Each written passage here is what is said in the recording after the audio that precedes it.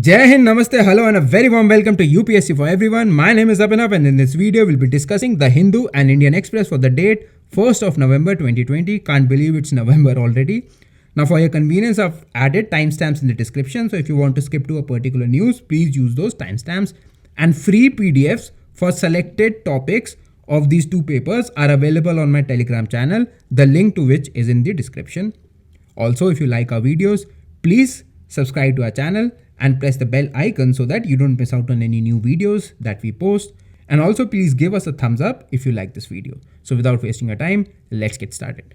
So beginning with the Hindu, PM slams politics on Pulwama, Modi cites speech of Pakistan minister about Islamabad's role in terror attack. So when this all happened, then some opposition parties, they said that this is not Islamabad's doing, this is an internal conspiracy and whatnot. So now a minister admitted in the Parliament of Pakistan openly that ghus ke mara, that is what he said of this cowardly attack. So they have admitted their role in Pulwama, right?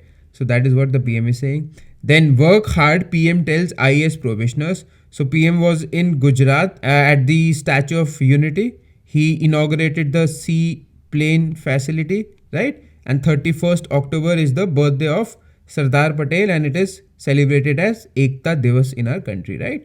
So he addressed the probationer civil servants from this venue through virtual conference and then he had to say some things to them, right? Now Mr. Patel is known to have personally curated and groomed the Indian administrative services, and under him they were known as the steel frame of India, right? So that is the connection between Mr. Patel and the IAS. Then CSD canteens not to sell imports. So the unit-run canteens of the armed forces, they will stop selling 422 directly imported items following an order from the Defense Ministry in support of the Atmanirbhar Bharat campaign, right? The canteen stores department has issued notification to all its depot managers to this effect. However, there is no restriction in supply of items of pending purchase orders and sale to URCs till the stocks of imported items are liquidated fully. So all the outstanding orders and the existing stocks would still be sold till the time they are exhausted. Now the CSD, which functions as an attached office to the Ministry of Defense, has 34 depots located across India. It has a portfolio of over 4,500 products sourced from 650 vendors, both Indian and foreign. Now this list includes some of the leading brands, and a defense official said that the volumes are so high that it should act as an incentive for companies to localize. Nath moves Supreme Court over EC curbs on Congress campaigners list. So basically this person, Kamal Nath, he was removed from the star campaigner list because of his actions. Now we'll not get into it because that is gossip material. Let's see what is star campaigner. So star campaigners are persons who are nominated by parties to campaign in a given set of constituencies.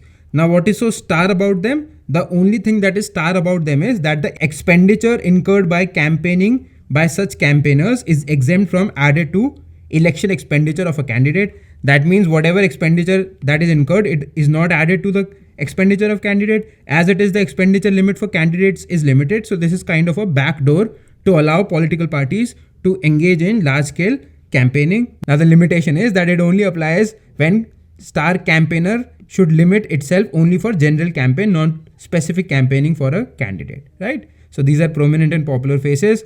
Importantly, there is no specific definition according to law or the Election Commission of India as to who is a star campaigner. Now it is section 77B of Representation of People's Act 1951 which gives them such an exemption that shall not be deemed to an expenditure in connection with the election. Now recently the Election Commission has revised norms for star campaigners for polls during the pandemic. As per the revised norms, they have brought down the number of star campaigners. For registered party or recognized party, it is from 40 to 30. For unrecognized registered party, it is 20 to 15.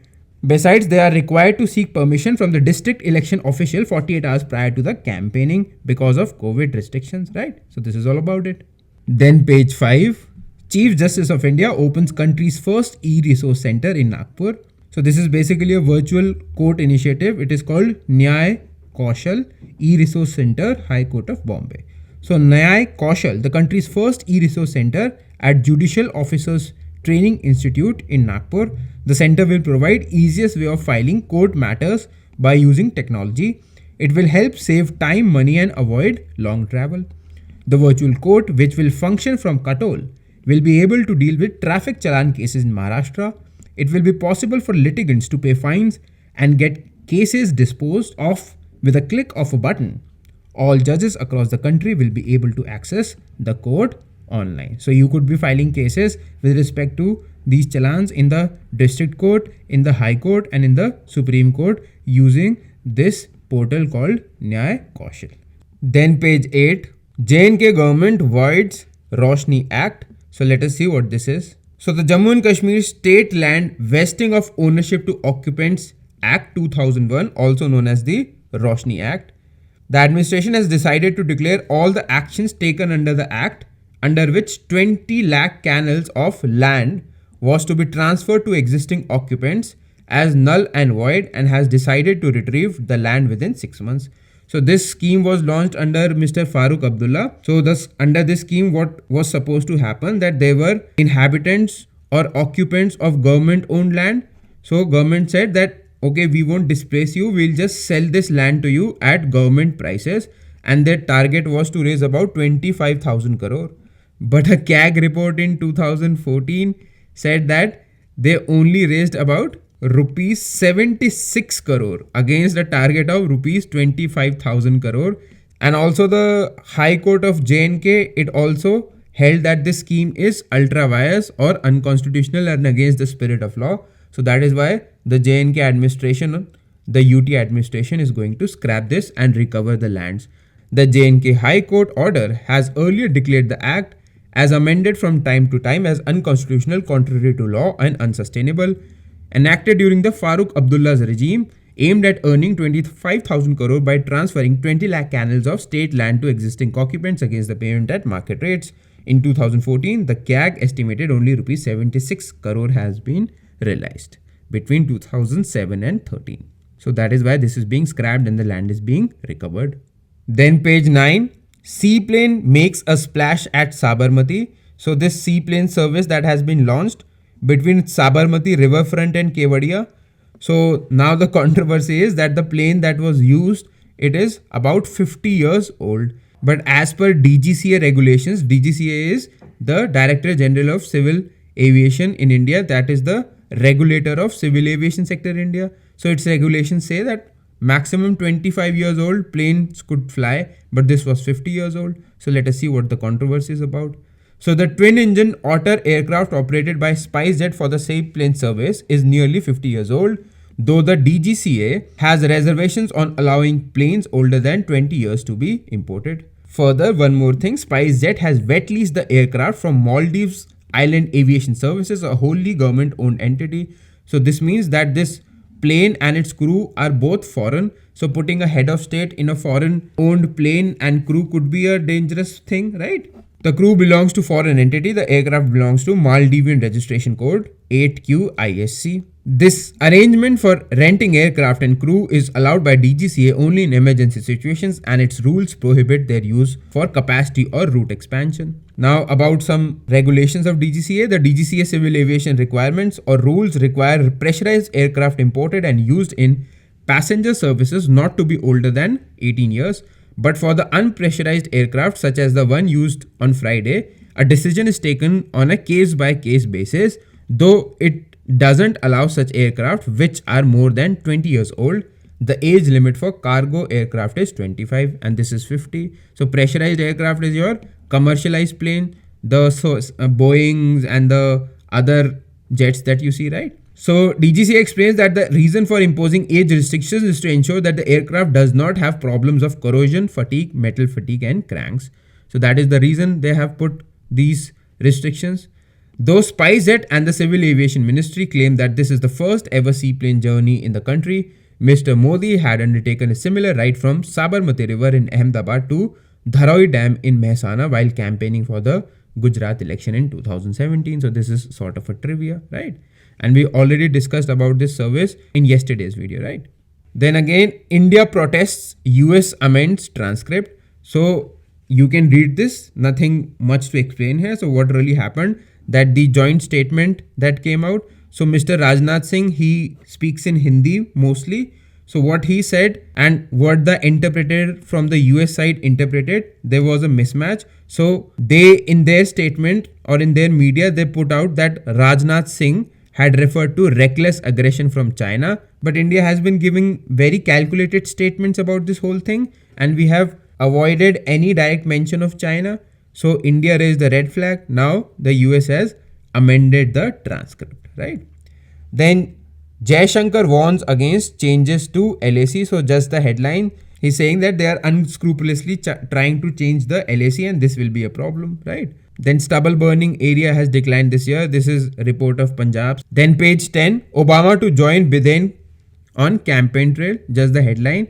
Then priest wounded in shooting in France. So there's no relenting. So more and more terrorist attacks are happening in France. So this time a priest was wounded in shooting. Again, I'm telling you, big things are coming in Europe. US crosses 9 million COVID-19 cases. So again, now it seems that that country is in the hands of the God because the cases are rising day and day. Then unrest erupts over police killing of black man in US. So if you remember, we discussed 2 or 3 days back that a black man was killed in Portland, right? So now there was a protest march and then the right wing and the left wing, they clashed with each other. Then Sri Lanka sends trash back to the UK.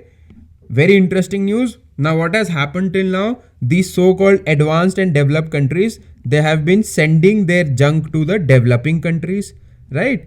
And then what happens? These countries, they seem to be clean, right? And the developing countries who take the load, they are termed as dirty, unhygienic. So these developing countries, as a matter of fact, they have also developed some sort of recycling agency or dismantling. For example, India, we have the largest ship dismantling facility in the world, right? But these countries, they unscrupulously, they send their trash to developing countries and poor countries. So now for some years, these developing countries, they have been sending back that trash. So Sri Lanka has started shipping 242 containers of hazardous waste, including body parts from mortuaries, back to Britain after a 2-year court battle by an environmental watchdog. Several Asian countries have in recent years been pushing back against an onslaught of international refuse from wealthier nations and have started turning back the unwanted shipments of garbage as they battle against being used as world's trash dump. Then Armenia asks Russia for help amid Karabakh fighting. So if you remember, Armenia is a member of CSTO, right, which is a Russia-led defense alliance. And under Article 4, we've discussed that Armenia can ask for Russian help, and if it does, then for all practical purposes, Russia would have to intervene. So let us see what is this development. So Armenia's leader, Nikol Pashinyan, urged Russia to consider providing security assistance. Russia has a military base in Armenia, we already know that, and has signed a pact obliging to protect its ally in case of foreign aggression. Article 4 of CSTO. It faces a delicate balancing act of trying to also maintain good ties with Azerbaijan, because we've discussed Russia has good ties with both, and avoid a showdown with Turkey because already in Africa, Russia and Turkey are having a sort of a standoff, be it Libya or other places. Now joining the fighting would be fraught with unpredictable consequences and risk an open conflict with Turkey, which Russia for now is avoiding. Nagorno-Karabakh lies within Azerbaijan but has been under the control of ethnic Armenian forces backed by Armenia since a war there ended in 1994. We've discussed this 4 or 5 times already. Russia said help would only be provided if the fighting reaches Armenian territory. And this again is your whole region. Azerbaijan, Armenia, this is the Nagorno-Karabakh region, and these Armenian forces have surrounded this to provide support. Now, legally, this is within the Azerbaijani territory. And if you remember, we also discussed that Russia is conducting a naval exercise near this, right? Then Tanzania's opposition alleged fraud in polls call for protests. So democracy was introduced there in 1994 and it has been seen as a haven for stability in volatile neighborhood. But crises have raised alarm over a slide into autocracy under Mr. Magufuli. The 61-year-old, nicknamed the Bulldozer, was in his first term accused of flouting due process and broking no criticism. Now, basically, elections happened, and in those elections, he got 84% of votes. So both the opposition parties, they came together and they are saying that this was a sham and there should be protest against this result. Then page 11, work from home spurring rural buoyancy, says Cisco. So some important or interesting observations just for read. So this is an official from Cisco, what she's saying, that work from home model has been flattening the socio-economic curve through wealth distribution and job creation in small towns and villages, because this is a period of remote working. So what is the use of living in a big city? Because when you live in a big city, you have to pay high rent, right? High cost of living and then high exposure to pollution. So people are shifting back to their villages and semi-urban areas, right? To cut costs and also to take some time off. And if we enable good internet connectivity to these places, for example, under the Digital India campaign, so what would happen? It would prompt people living in the rural area to take up these employments. So this would have multiple impact. Number one, rural employment in non-farm sector, which is very important.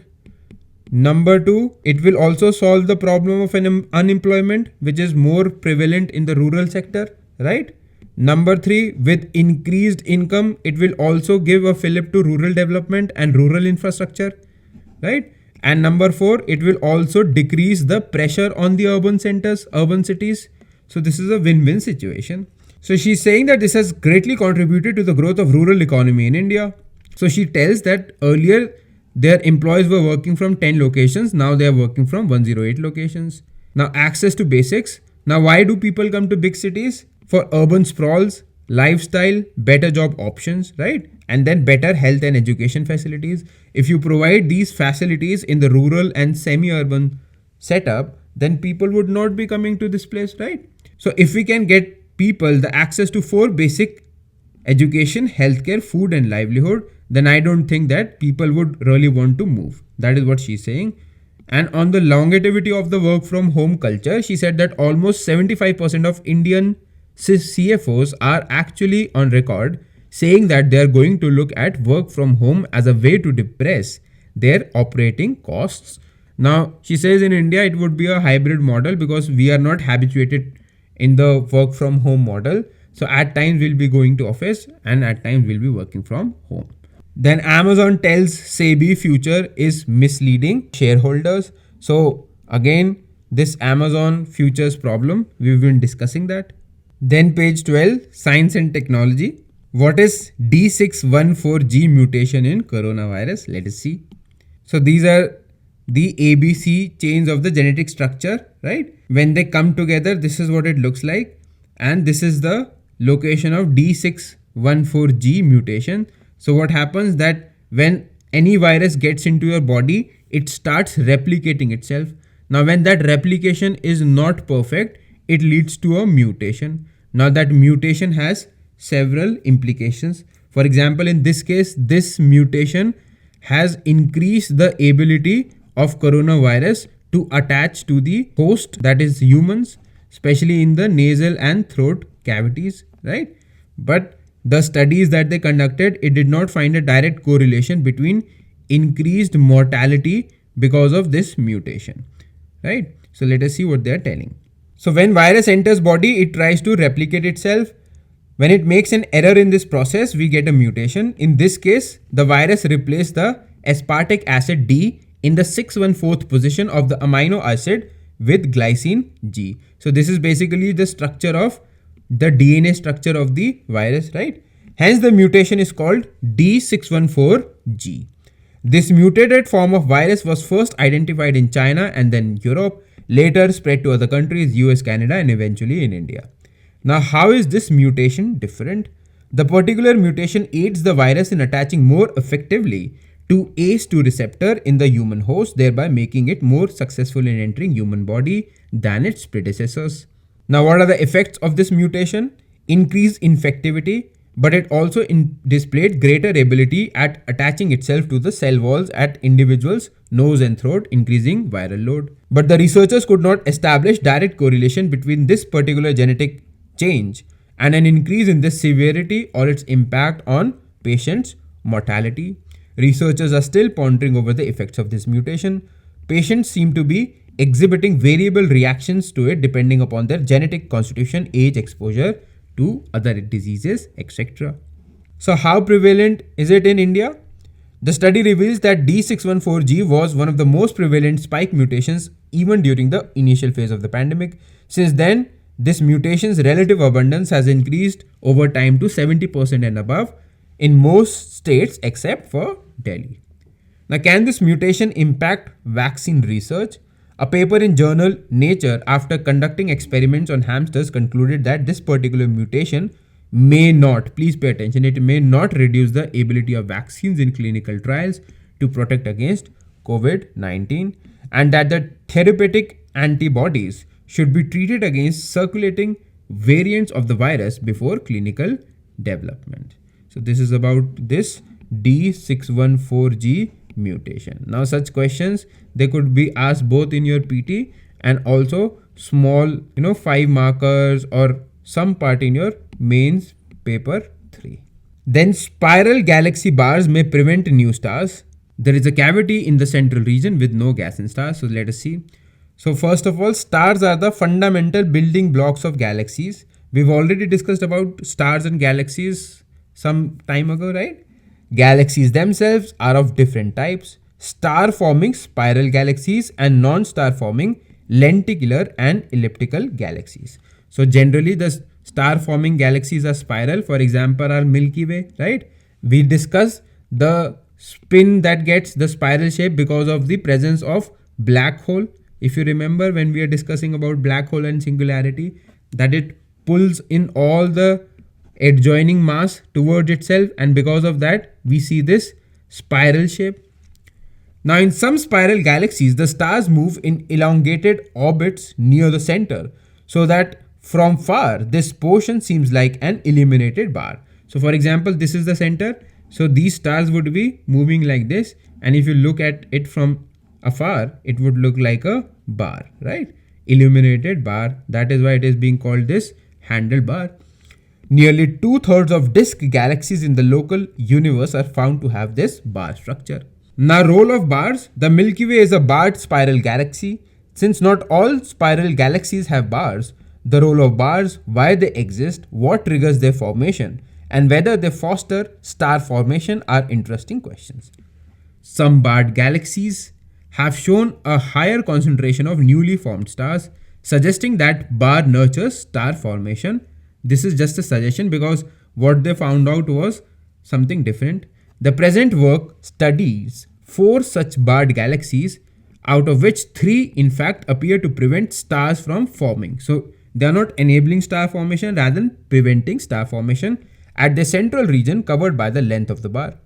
Now what causes a galaxy to be star forming or not is a puzzle. We still don't know, but there are some speculations, with the prevailing idea being that the star forming galaxies are converted into non-star forming galaxies through some mechanism. So basically all of them start from star forming, these spiral galaxies, and then they convert into non-star forming. Now in 3 of the 4 galaxies, they find that the region covered by the length of the bar does not have enough gas hydrogen in the atomic form and molecular hydrogen, which is believed to condense and form stars. So again, see, in this bar region, no hydrogen or very little hydrogen and molecular hydrogen. That is why new stars are not being formed. The researchers do not see the same depletion of gas and stars in 4th galaxies. The reason they believe is that this galaxy does not have an old enough bar. So probably the older this bar gets, the more depletion of hydrogen and molecule hydrogen, and that is what leads to depletion in star formation.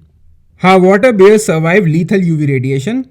So this is about microscopic animals called tardigrades. They are called water bears. Now there are some important facts about them, so we'll just read some selective statements. I know an animal that can live in boiling water or solid ice. It can go 10 years without a drop of water. The tardigrade or water bear, they have survived all 5 mass extinctions, and right now we are in the midst of 6th mass extinction. Now they are called Paramicroboetus, the one on which they conducted a study. BLR for Bengaluru. Now they subjected it to UV radiation and it produced a protective fluorescent shield which helped it survive the harmful UV radiation. About 1300 species have been reported worldwide. So that is all that you need to know. You can read it, nothing rocket science here. Then high tech transfers, again BECA and military ties. We've been discussing this time and again. So one more time. So what are the foundational agreements? They're basically a set of 4 agreements that US signs with its defense partners, also called the enabling agreements. They govern the nature and scope of US defense partnership. Partners enhance the capabilities of US military in distant places through sharing information, platforms, and logistics. Now, what do these partners get in return? They also get similar facilities along with sale of critical and sensible technologies. So they also get access to that, right?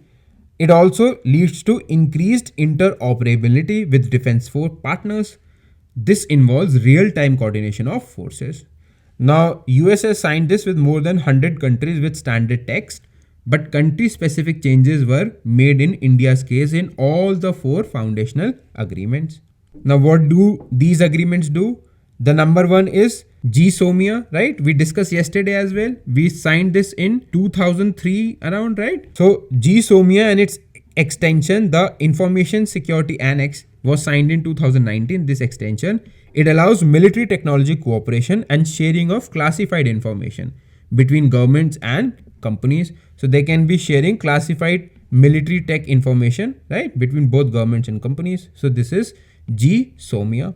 Then LEMOA again, it's about logistic support, refueling and supply, right?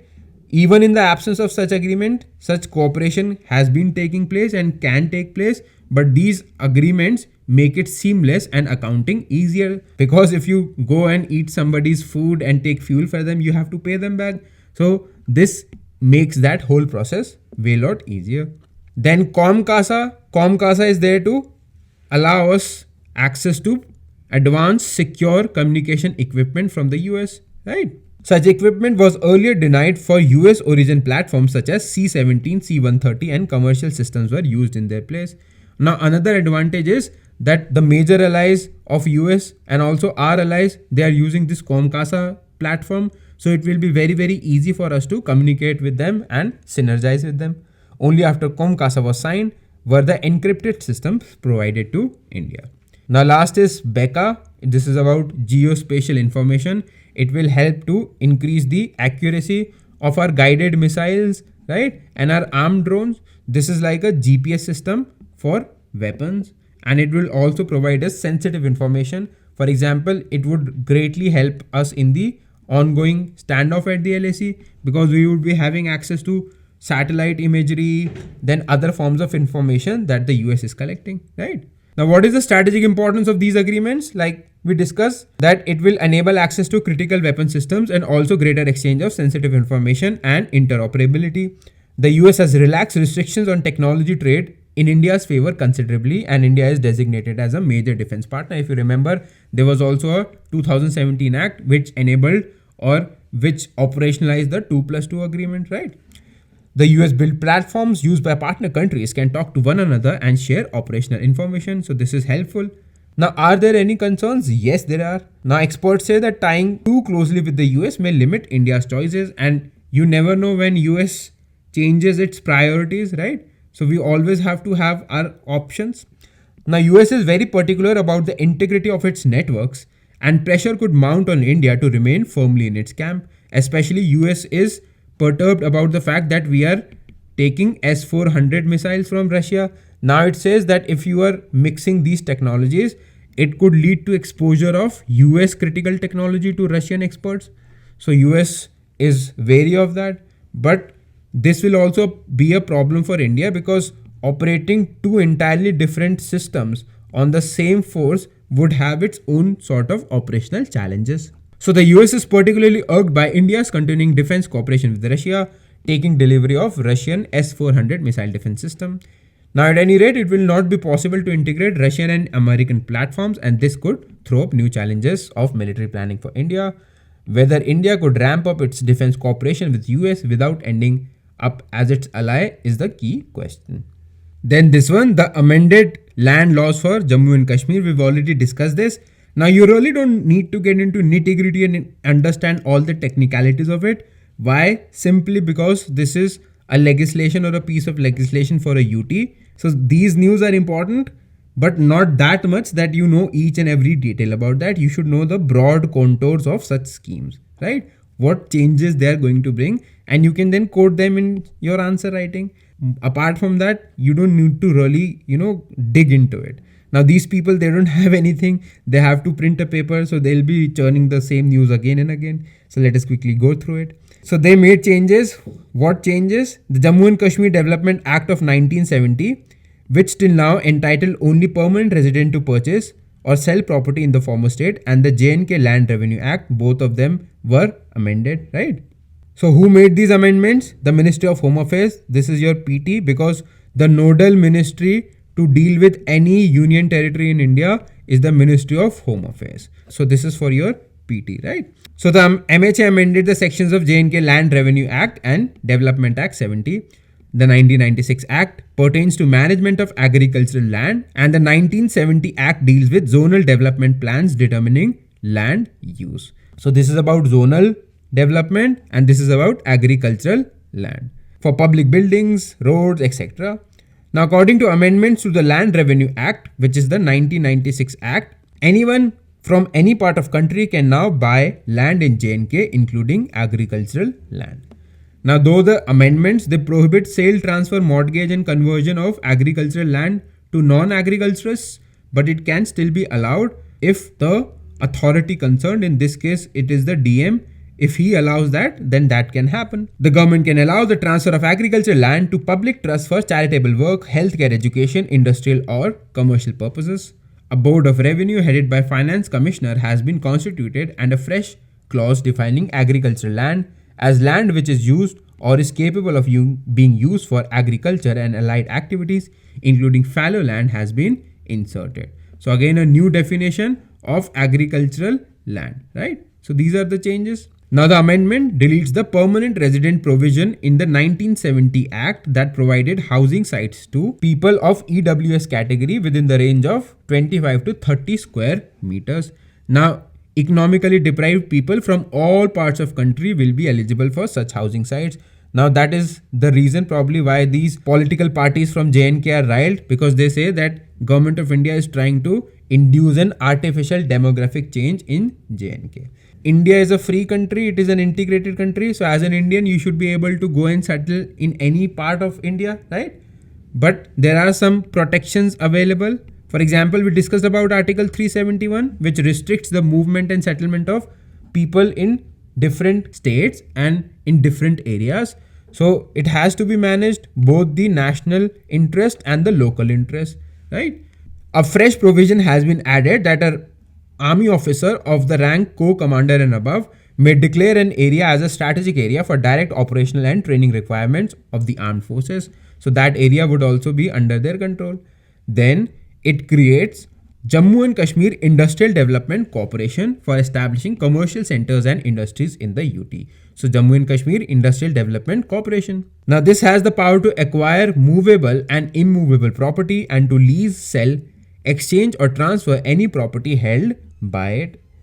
Now if this corporation is unable to acquire land through normal process, right, through deals or through any agreement, then the government could order proceedings under the Right to Fair Compensation and Transparency in the Land Acquisition, Rehabilitation and Resettlement Act 2013, simply the Land Acquisition Act 2013, under which government can initiate the proceedings for acquiring land for this corporation, right? And acquire the land for public purpose. No court can take cognizance relating to property vested in the corporation except when the corporation files the complaint. No legal suit can be filed against officials of the corporation without giving a prior notice of 2 months and not later than 6 months from the date of complaint. So protection has been provided to this corporation, right? Now what amendments have been brought about in the government land holdings? The Jammu and Kashmir Land Grants Act 1960, which regulates grant of government land on lease and earlier applied to urban areas of Jammu, Srinagar and towns, will now be extended to the entire UT. So number one, this has been extended to entire UT, and it regulates what? Leasing of government land. The amendment omits the permanent resident clause to get government land on lease for residential purposes. So now anyone can get, and if you remember, we also just discussed the Roshni scheme. The JNK Agrarian Reforms Act 76, which provided for transfer of land from big landowners to tillers, has been amended. The erstwhile Agrarian Reforms Act stated that only up to 2 canal or 0.25 acre of land could be held per family for residential purpose. What about laws for Ladakh? It is still time because some parties in Ladakh are asking for 6th schedule protection. Now, what is 6th schedule protection? We'll be discussing once the government comes out with the notification. Then justice is conservative about Amy Coney Barrett. So basically, she's a conservative judge, and I've told you that in the United States, if a judge is once elevated to Supreme Court, then that person remains the judge for life. Till the time she does not resign or she does not die, she will be the Supreme Court judge in the US. Now, just some point, at 48 years of age, Miss Barrett is the youngest judge on the Supreme Court. Now, why is she called conservative? The mother of 7, who has also been closely scrutinized for being a member of People of Praise, a charismatic Catholic sect which some say relegates women to inferior roles in its structure and society, has decades to leave her imprint on US Supreme Court.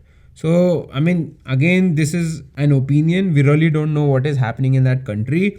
And more importantly, see, in every country, there are people having different opinions. Just because they are saying she's like that doesn't necessarily mean, right? What she does, what sort of judgments she give out, that will really set her legacy. Then Singles Day, live from Beijing. So like we have our shopping festivals, people in China, they also have their own online shopping festival, which is called Singles Day, which is sort of a satirical dig at Valentine's Day. So Singles Day is on November 11. Now this day is a very important marker for the state of economy in China because huge sales take place on this day. Last year it was around $60 billion. Imagine $60 billion of trade or sales within a single day, right? So this is what this is telling. Earlier there was October 21 flash sale. This what happens, just like we have TV channels here, people live stream themselves and they give heavy discounts. So October 21 sales session was itself only a prelude to the big event, the upcoming annual festival in China that has come to be known as Singles Day, because it is marked on November 11, a subtle dig at the more popular global commercial event that falls on February 14, the Valentine's Day. Now this year, November 11 has taken on special significance both for consumers and Chinese economy as a whole. Online shopping, in particular driven by this year's live streaming sales, which owes its popularity to offering significant discounts, has emerged as an unlikely driver of domestic spending. Now everything about the scale of Double 11 is staggering. Over 24 hours on Singles Day last year, Chinese shoppers spent 60 billion, according to one report, with Alibaba's Taobao leading the way and its local rivals Jingdong and other Chinese retailers all grabbing a share of the pie. This year, Alibaba's logistics arm, Cainiao, will charter around 700 flights. So you see the kind of volume they are anticipating. China's Communist Party is actively encouraging this festival of capitalism and consumerism. Indeed, this online boom is in many ways a key to China's push to boost domestic consumption, which will help their economy. As a driver of economic growth, that ambition has taken on ever greater urgency following COVID-19. Silver lining, every year Singles Day has emerged as something of an unofficial barometer of the health of China's consumer economy. Indeed, that is all the more true this year as November 11 comes around, with the fate of China's economy riding on whether consumers will buy or not, right? So this is something interesting or unique. That is why I discuss with you Singles Day. So this problem of sales and blind consumerism is rampant everywhere.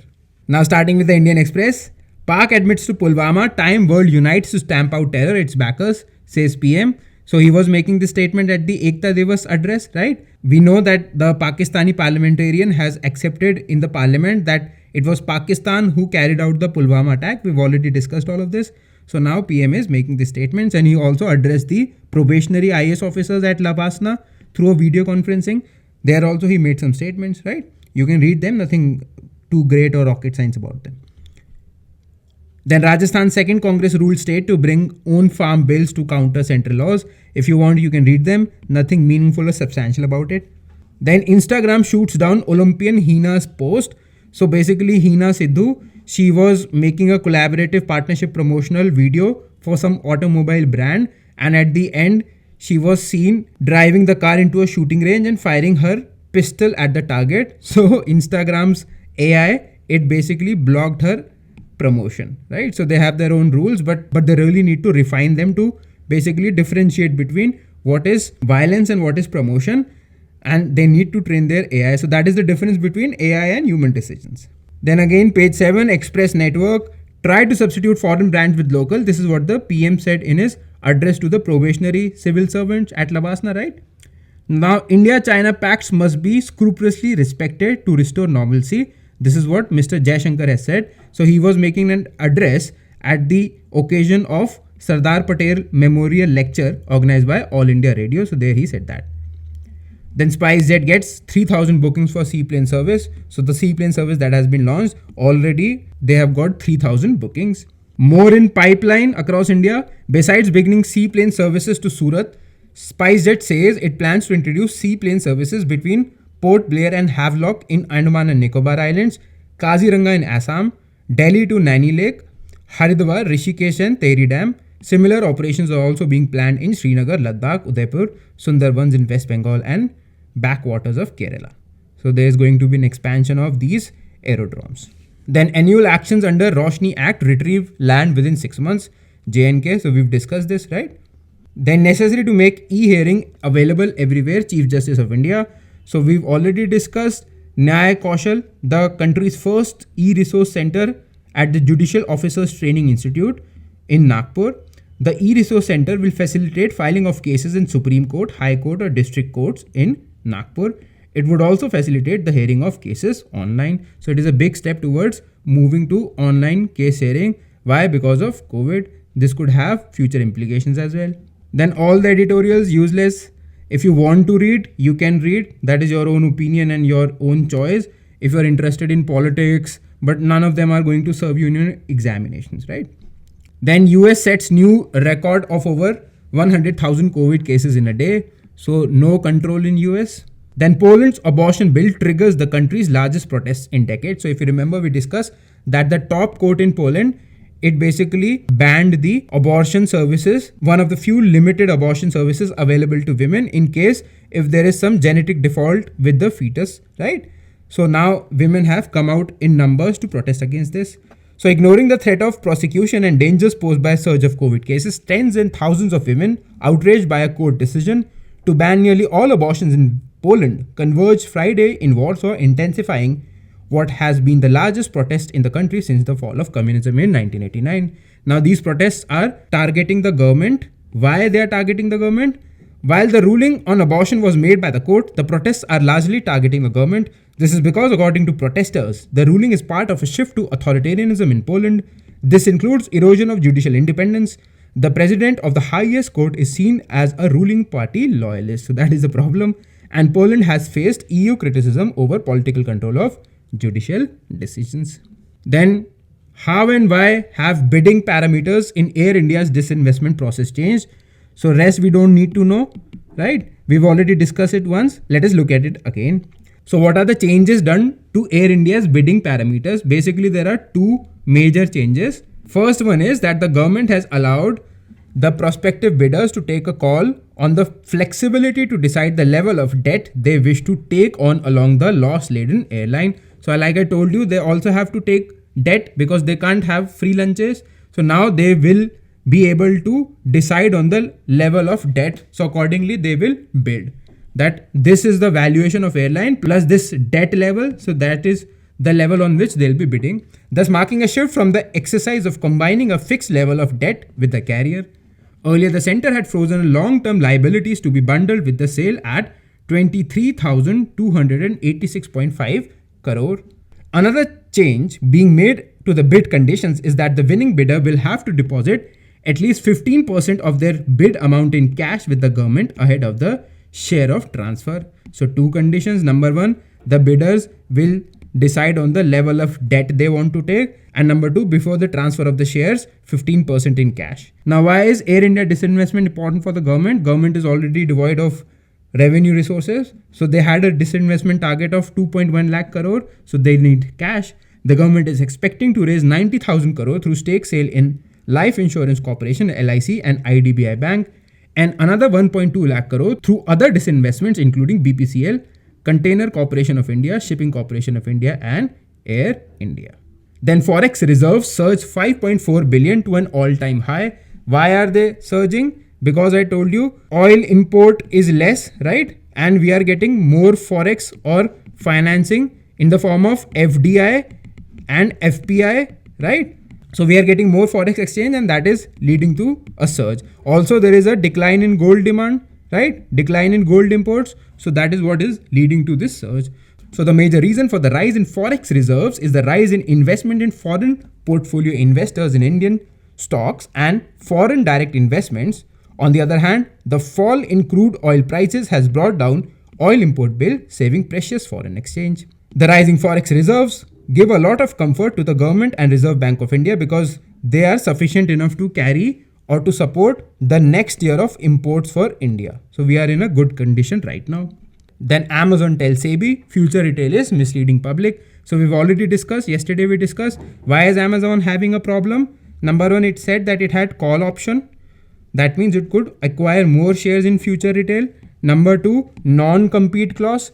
That means they won't be competing in the same market. And number three, Amazon says that future was mandated to communicate to Amazon any deal.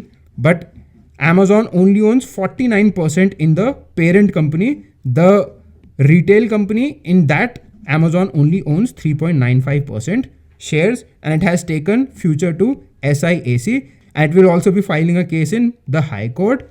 And yesterday we discussed that future has built a war chest of rupees 1,000 crore and it will pump it up to 1,500 crore to basically deal with any litigation, right? So this is about it. So folks, that is all for this video. Thank you for watching. If you like our videos, please subscribe to our channel. Also press the bell icon so that you don't miss out on any new videos, and please give us a thumbs up if you liked our videos. Also, connect with us on our Instagram page, UPSC for Everyone, and please connect with us on our Telegram page where you can access the PDFs of the videos that I'll be posting daily, right? So see you next time. Till then, stay happy, stay safe, and have a great day. Namaste and Jai Hind.